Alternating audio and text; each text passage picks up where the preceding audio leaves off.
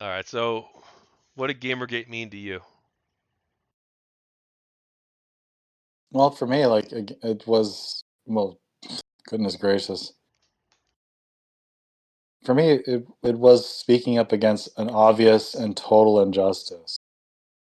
It was pretty for me. It was for me pretty black and white that there was a lot of problems in terms of integrity and lying, and how big the lie got. I think that that's what also surprised every single person involved.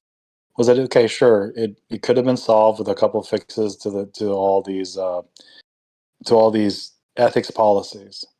But then, because they doubled down on the lie that this is not about ethics, it's about sexism, it's about a culture that needs to change or die. So it's the gamer identity needs to die, and that because the gamer identity is so male centric and consumer centric, and they need to put this behind it.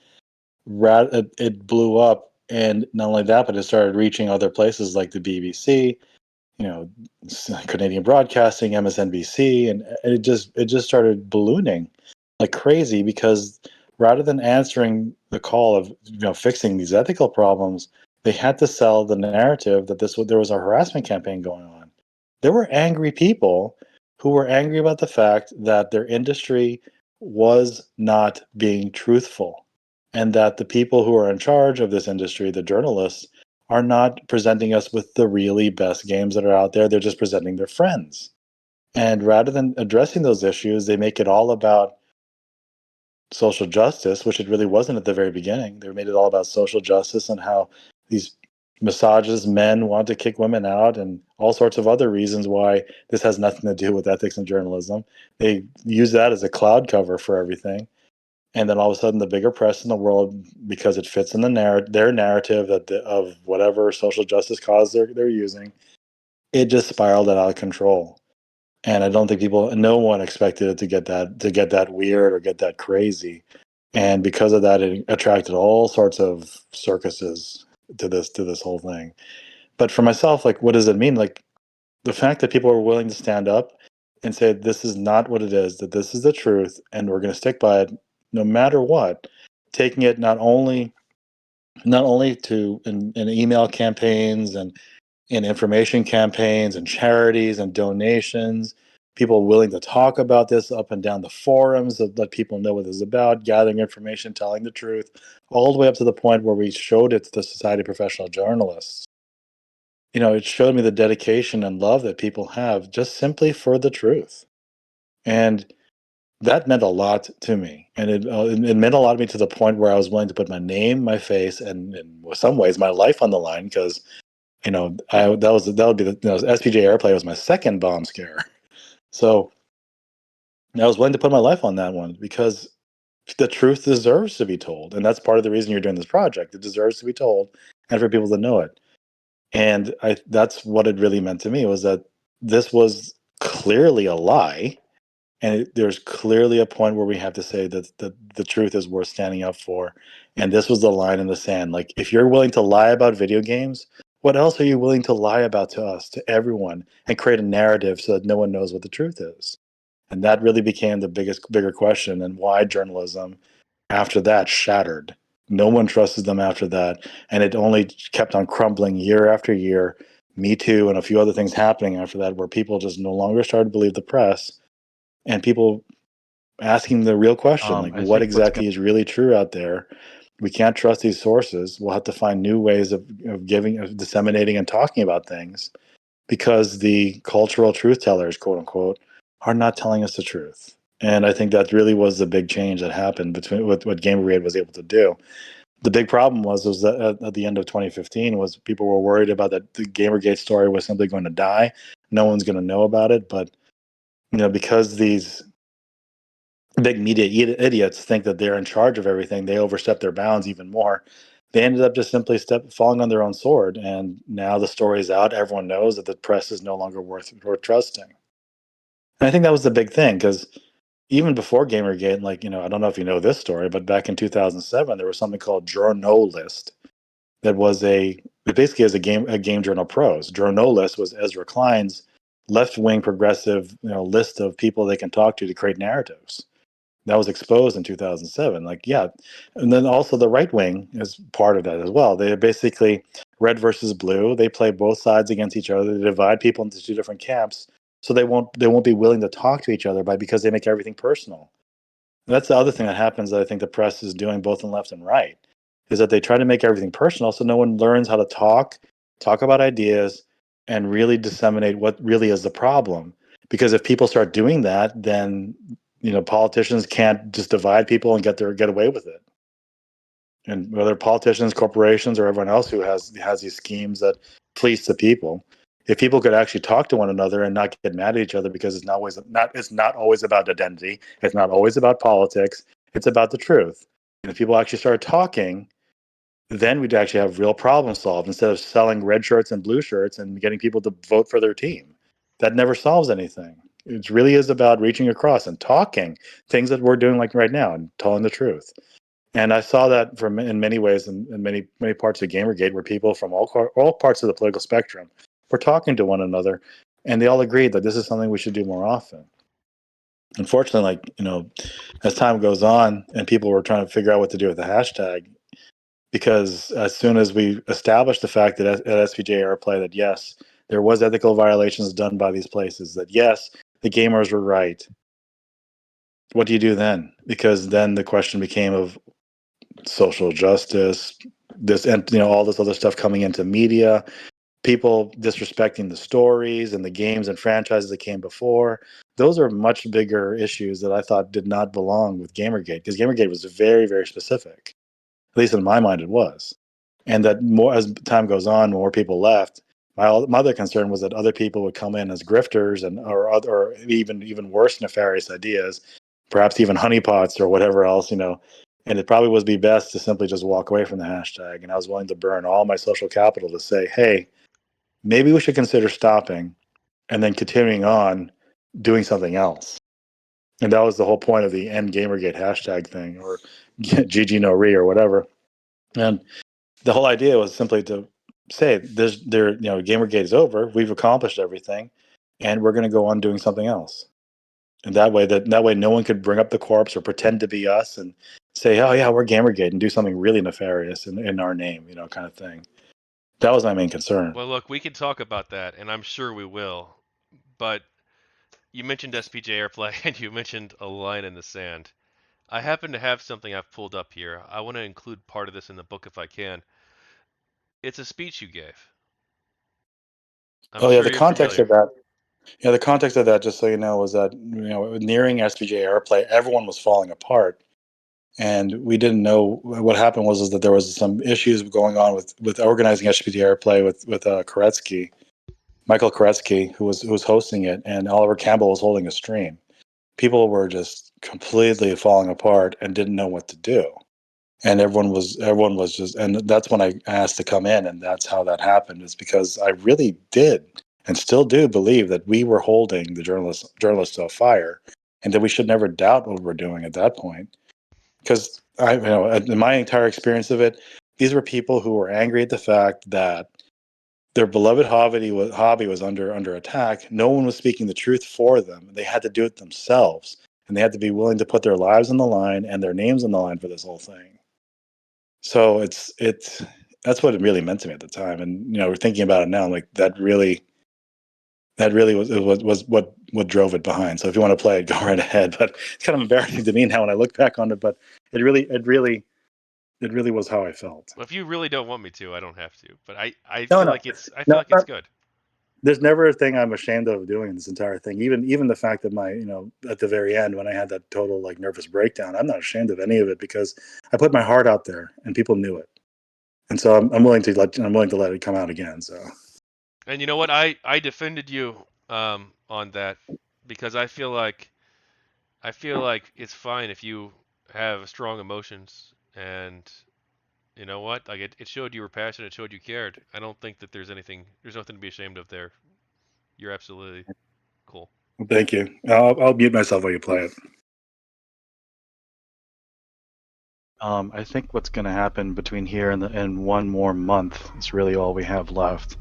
I think the intensity is going to get higher in trying to derail this. We're going to have to keep it under as best as we can. And I think that's part of the reason why we've had all these interesting, weird debates going on that are kind of artificial on the tag. People are sensing, especially in anti-Gamergate, that if fair play does go through and we are heard and the truth starts coming out, they are in serious trouble. So I think that every single effort is being made between now and the next month to get us to dishearten, to get us to give up, to get us to think that this is all for nothing, to get us to fight each other, to get us into pointless dramas on the freaking hashtag over how to use it. I mean, for goodness sake, we've been at this for 11 months and we're debating over this stupid shit that from month one should have been, it was already out there. We've been arguing about this since month one. No matter what happens the next, we're all friends. We all know each other. We know the people we can rely on. We know the people we can trust, and we know that we can build something better from this. We're connecting with the industry in more ways than we can imagine. Now, we're not on trial. Their entire damn profession's on trial, and we're bringing the damn evidence to prove it. We're not on trial. They are. And we're going to make it better. We're going to prove to the world that this is probably one of the most progressive, most open, most incredible and creative field there is out there, and we're going to break the media lie that the entire industry is made out of chauvinists and sexists, because they're not just hurting us as gamers, they're hurting developers. They're hurting the people who want to get in as developers because they're saying lies. And we're going to break that here and now. We just have to show up and speak the truth. The truth does not need defending. You just need to let it free. It will defend itself like a lion.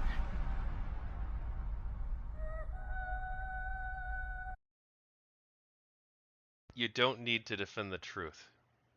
The truth will defend itself. You just need to set it free. But I don't think that happened, Paulo. I don't think the truth did defend itself. You don't think so? I think that the truth speaks to people who are looking for it. And I think that's the big thing that I've trusted in the last few years, that people who are willing to hear it, people who are willing to seek it, they'll see the truth. People who just want to see what they want to see, they're never going to see it no matter what you tell them. It's people of goodwill who will see it. Now, obviously, anti-Gamergate people are going to say, look, some people might have cared about games journalism and creative freedom and all this stuff, but there were people who did engage in harassment, and that's a more important story than a bunch of corrupt kids' toys journalists.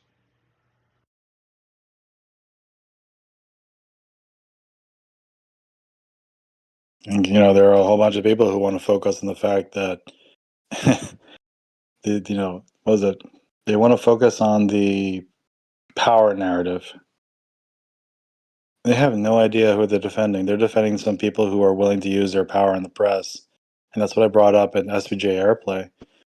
Gawker and all those other places, they're super powerful, who are willing to crush people. People just living their lives. Like, I brought up the fact that, hey, there's a whole bunch of people who own guns in New York. We're going to publish and dox every single person in New York who owns a gun. That's Gawker. Some random person puts a tweet and Sam Biddle decides to destroy her life. Like, that's Gawker. You want to talk about power and harassment? Like that, they've been doing that for years, and the only reason they ever talk about harassment and safety was finally people were speaking up against them, and in such large numbers they didn't know how to handle it. Now all of a sudden they're worried about harassment. They weren't worried about harassment when people were losing their jobs and lives before then. Why all of a sudden then? And honestly, who lost their job out of everyone in quote unquote anti-Gamergate? Really, like, who lost their job and harassed out of the industry? No one.